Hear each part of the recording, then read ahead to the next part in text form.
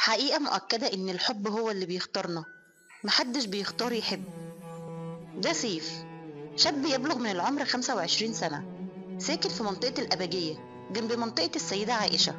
بيشتغل محاسب في إحدى الشركات، واليوم كان يوم صعب جدا، يوم موت أمه. ساعتها كان الإحساس إن الحياة انتهت، أقرب حد ليه في الدنيا خلاص ما بقاش معاه، ولا هتيجي تاني تكلمه ويشتكي لها اللي جواه، ولا تقويه إنه يعافر مع الدنيا.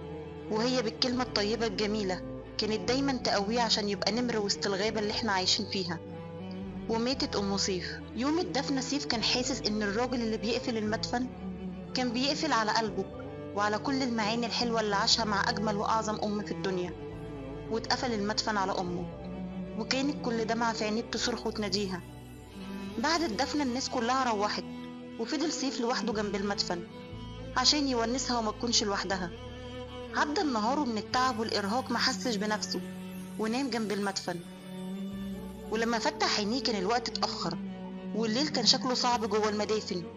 سمع صوت حد بيعيط بصوت عالي، ما قدرش يحدد الصوت كان ست ولا راجل. قام من مكانه وفضل ماشي ورا الصوت عشان يعرف مين اللي بيبكي في الليل كده جوه المدافن. فضل ماشي لحد باب مدفن كبير، فتح الباب ولقى قدامه طيف أبيض بيشع نور لراجل وست قاعدين فوق المدافن وبيعيطوا. وفجأة الراجل والست بصوا له واختفوا، والمدافن بقت في صمت في ظلام مريب. سيف خاف وطلع يجري زي المجنون، كان عايز يخرج من المدافن بسرعة. وفعلا خرج وروح البيت. تاني يوم راح المدافن، وبعد ما قرا الفاتحة على أمه فضل يبص ناحية المدافن اللي شاف فيها الراجل والست بخوف. راح لحارس المدافن. سيف قال له وهو بيشاور على المدفن: معلش كنت عايز أسأل عن المدفن ده. الراجل قال له: ماله المدفن ده وعايز منه ايه؟ سيف قال له: طب معلش ممكن تصدقني في اللي هقوله وما تقولش عليا مجنون؟ ضحك الحارس وقال له: لا مصدقك، انت شفتهم؟ ارتبك سيف من الرد السريع، قال له: شفت مين؟ الحارس قال له: العريس والعروسة اللي بيعيطوا طول الليل. سيف قال له بخوف: هو ده حاجة عادية؟ الحارس قال له: لا طبعا مش عادي، بس انا بقالي 20 سنة هنا، من يوم ما جابوهم ودفنوهم كل يوم اسمع عياطهم، ولما ادخل المدفن اشوفهم ويختفوا. الاول كنت بخيف، وبعد كده اتعودت. عمرهم ما خرجوا بره غرفة المدافن ولا حد اشتكى منهم. سيف قال له: غريبة، ومحدش بيجي يزورهم او يسأل هم ايه حكايتهم؟ سيف قال له: غريبة، ومحدش بيجي يزورهم ويسأل هم ايه حكايتهم وليه بيعيطوا؟ الحارس قال له: بقالي 20 سنة مفيش غير راجل كل عيد بيجي يعيط شوية جنب المدافن ويمشي. سيف قال له: طب ما سألتوش ليه؟ ايه حكايتهم؟ الحارس قال له: سألته وقلت له على اللي بيحصل. ضحك وقال لي: هيفضلوا يعيطوا ومش هيبطلوا، ما تشغلش بالك، ربنا يرحمهم. ومن ساعتها بطلت افكر في الحكاية دي. سيف قال له بحزن: الله يرحمهم، شكرا يا ريس واسف على الازعاج. وبص سيف ناحية المدافن وقال لنفسه: يا ترى بيعيطوا ليه وايه حكايتهم؟ وروح البيت. عدى اكتر من 10 ايام والموضوع شاغل سيف جدا. اول يوم في عيد الاضحى راح سيف المدافن لامه وقعد يقرا قرآن. وبعد ساعات وهو باصص ناحية غرفة المدافن الخاصة بالراجل والست شاف الراجل حوالي 45 سنة اسمه أيمن واقف عند باب المدافن وبيقرا الفاتحة. راح له سيف وقال له: السلام عليكم، تعيش وتفتكر. أيمن قال له: شكرا ربنا يخليك. سيف قال له: حضرتك قريبهم؟ بص له أيمن نظرة غريبة وقال له: وانت ايه اللي عرفك انهم اتنين؟ سيف قال له: عادي، الناس هنا بتقول انهم كانوا عريس وعروسة، وانا من هنا من الأبجية. أيمن قال له: وانت مهتم ليه بيهم؟ سيف قال له: بصراحة انا شفتهم وسمعت عياطهم. أيمن قال له: ايه المطلوب؟ قال له: نفسي اعرف حكايتهم. أيمن قال له: سيبهم في قبرهم يا ابني، وما تسألش عن حاجة اتقفل عليها القبر. سيف قال له: بس هم بقالهم 20 سنة بيعيطوا. ابتسم أيمن بحزن وقال له: ادعي لهم بالرحمة وخلاص. سيف طلب منه رقم تليفونه. أيمن قال له: ليه؟ قال له: عشان لو شالوا المدافن ابقى ابلغك. أيمن قال له: انا ساكن في الأبجية عند سيدي عمر بن الفارض. وادى رقم الموبايل لسيف. وبعد أيام صحي سيف من النوم على صوت عياط عالي جوه الشقة بتاعته. خرج مفزوع وبص للصالة، شاف الراجل والست قاعدين، بصوله وفجأة اختفوا وساد الصمت في المكان تاني. سيف جري على الموبايل واتصل بعم أيمن. عم أيمن قال له: مين معايا؟ سيف قال له: أنا سيف. أيمن قال له: فاكرك. قال له: بالله عليك عايزك تجيلي. أيمن قال له: أنت فين؟ سيف قال له انا في المساكن بلوك 27. سكت ايمن ثواني وبعدها قال له انا جاي لك يا سيف. سيف كان لسه بيوصف له المدخل اللي ساكن فيه، رد عم ايمن وقال له عارف يا سيف من غير ما تقول انا جاي. وقف سيف في حال الذهول، وبعد دقايق جرس الباب رن. فتح سيف لقى عم ايمن قدامه. سيف قال له انت عرفت البيت منين؟ انا افتكرتك هتتصل لما توصل.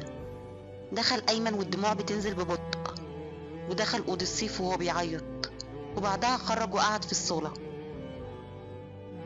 سيف قال له عم ايمن انت عرفت منين اني ساكن هنا؟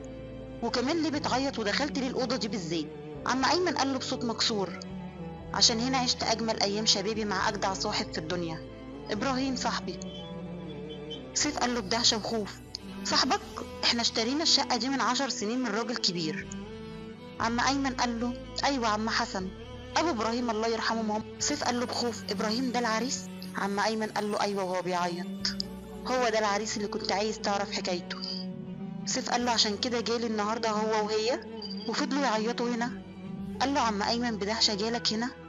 انا اعرف ان عمره لا هو ولا هي خرجوا من المدافن.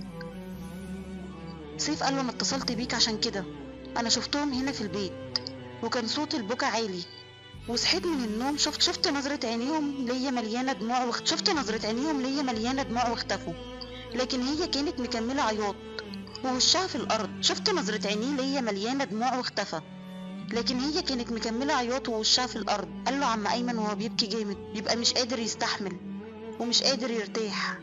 سيف قال له ممكن تحكي لي مين ده وايه حكايته ارجوك؟ الموضوع كبر وانا بقيت مش فاهم، عايز اعرف ليه ظهر هنا وعايزين ايه مني.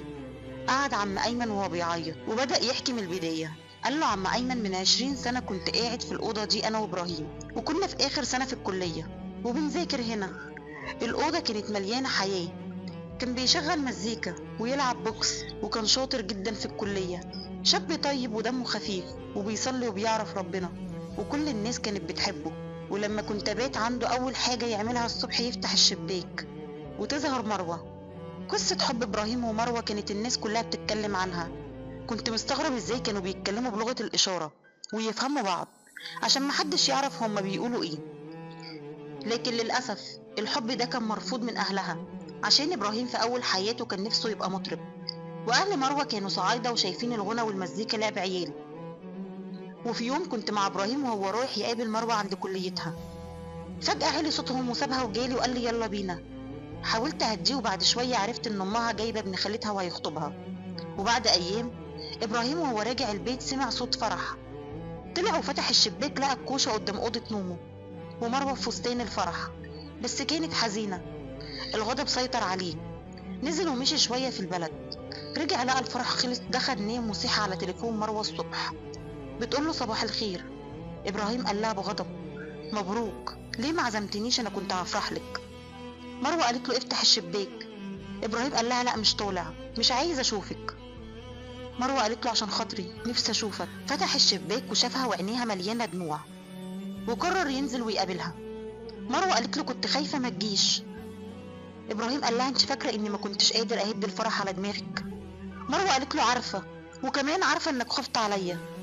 قال لها من أول قرار خدوه بعتي كل حاجة بينا؟ قالت له أنا عمري ما أقدر أبيعك، أنت حبيبي وأول واحد عرفت معاه يعني إيه حب، قال لها عشان كده اتخطبتي؟ مروة قالت له والله العظيم غصب عني. إبراهيم قال لها ودلوقتي عايزة إيه؟ قالت له نشوف حل، فاضل شهرين على الدراسة وتخلص وماما هتاخدني وتسافر. إبراهيم قال لها أخوكي مش راضي ولا أمك راضية وطردوني من البيت. مروة قالت له وهي بتعيط يعني هتسيبني أمشي؟ قال لها مستحيل أسيبك، سيبيني أفكر. رجع إبراهيم البيت مكسور وقرر يروح لأخوها محمد. إبراهيم قال له يا حاج محمد أنا بحب مروة. الحاج محمد رد عليه قال له هو في حد يخطب واحدة مخطوبة؟ إبراهيم قال له اتخطبت غصب. قال له واحنا مش عايزينك. إبراهيم قال له واضح إني ضيعت وقتي مع إنسان أناني. الحاج محمد قام وضربه في عينه. إبراهيم قال له هسيبك عشان مروة. الحاج محمد قال له آخر إنذار ليك، لو قربت منها هقتلك. إبراهيم قال له وأنا هتجوزها مهما حصل. وخرج إبراهيم غضبان. لو منتظرين تعرفوا باقي الحكاية تابعونا في حكايتها النوش.